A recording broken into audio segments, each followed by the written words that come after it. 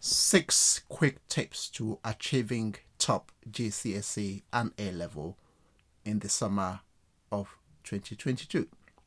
In this video, I'm going to be sharing about 6 quite specific things that could be done, tips to help the teenager to maximize their exam grades.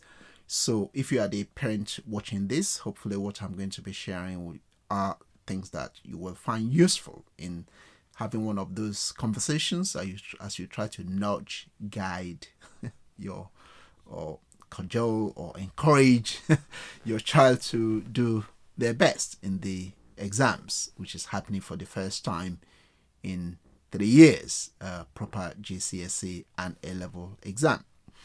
I spoke about CAN, clarity, action, and nurture in my last video. In this video, I'm going to give 6 specific tips. Tip number 1, what I say to the teenagers is believe you can do it. You have to believe. Self-doubt is terrible. It's not helpful to anybody. The teenager has to believe in herself or himself that they can do it. There has to be a level-headed approach. Yes, they need to work for it, but it can be done. Forget about what has happened. Oh, I've lost out. There's been lockdown. It's happened to everybody. Everybody has lost out to some extent. So believing in yourself is so important. Yes, they need to work, but they have to believe in themselves to start with. Tip number 2, identify a few key facts in relation to the exams, especially for this summer. There is something about, content being taken out. Please don't dwell too much about that. Where we are, not a lot has actually been taken out of the specification.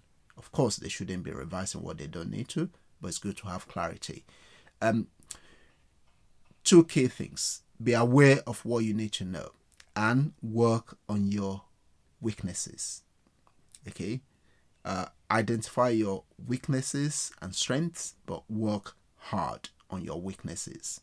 There's no point in spending time on what you already know. This is why I tell the teenager, because if there are, 12 marks available for a particular question, because you've written more, they're not going to give you 13 or 15 marks. It's still 12 marks. So you need to work on the areas where you need to score marks. Work on those topics that you are weak on. Tip number 3. This one of my favorites. Mastery of concepts. Mastery of the concepts or the content that you need to study. Very important. A lot of young people, they go on and on about exam technique. Exam technique is important, it's useful, but it is secondary. It's not of primary importance. It is of secondary importance. You need to start with mastery of the content. Exam technique can be the icing on the cake that allows you to pick up those extra 5, 10, or possibly 15 marks, depending. But the key thing, the starting point, is mastery of the content of what you need to study. Then you can do exam technique, which is important, but understand the concept first.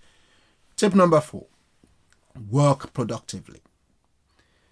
It's good to work productively in an environment that is conducive to learning, where there is less distraction in terms of people, others, or mainly devices these days. Not many people work in a very productive way. Hard work is important and is necessary. However, be realistic. Working for about 90 minutes at a stretch. For many students, it'd be 60 instead of 90, but some, they can do up to 2 hours. 1 hour, 30 minutes is about the sweet spot before having a break. Be realistic in terms of thinking, I can just work for 4 or 5 hours. It's very unproductive.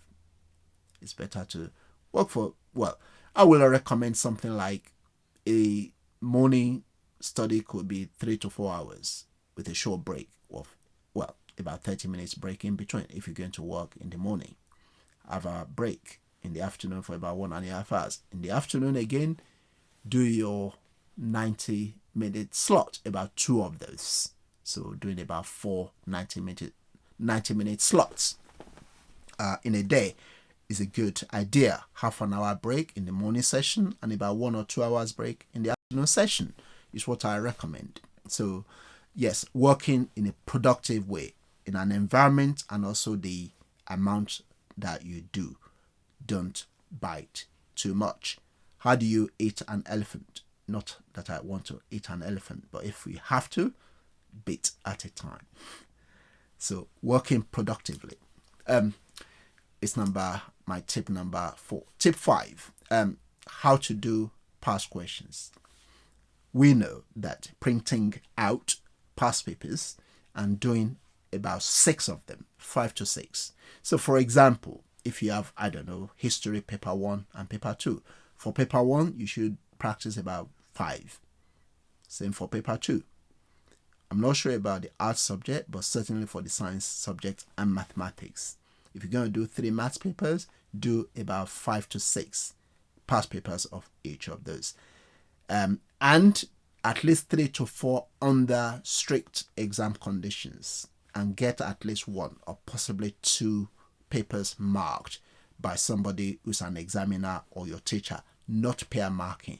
Yes, using the mark scheme is helpful, and that's part of the mix. If you're doing 6, you can't get all of them marked. Some of them you will use mark scheme to mark them yourself, or to give it to your peer marking with your friends. So yeah, how to do question practice is very important.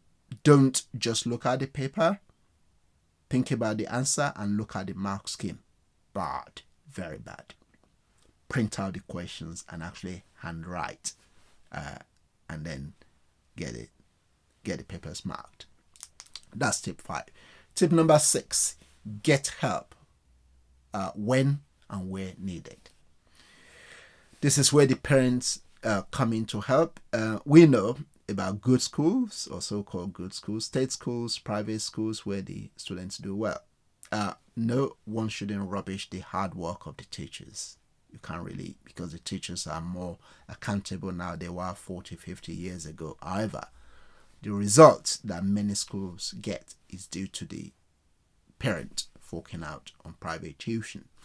You may need to send them to an intensive revision course during the Easter or half term, or just in the evenings, or you may need to get a private tutor for them, depending on how close we are to the exam. But getting help when it's needed can be really helpful in notching up those grades in core academic subjects. So those are my 6 tips. Thank you very much for listening, and I look forward to speaking to you in my next video. Please subscribe to this channel. Please make a comment. Your comment helps us to know which other videos to record in answering your questions. Make a comment. I will do my best to respond to your comment. Thank you for watching, and I look forward to speaking to you in my next video. Many thanks.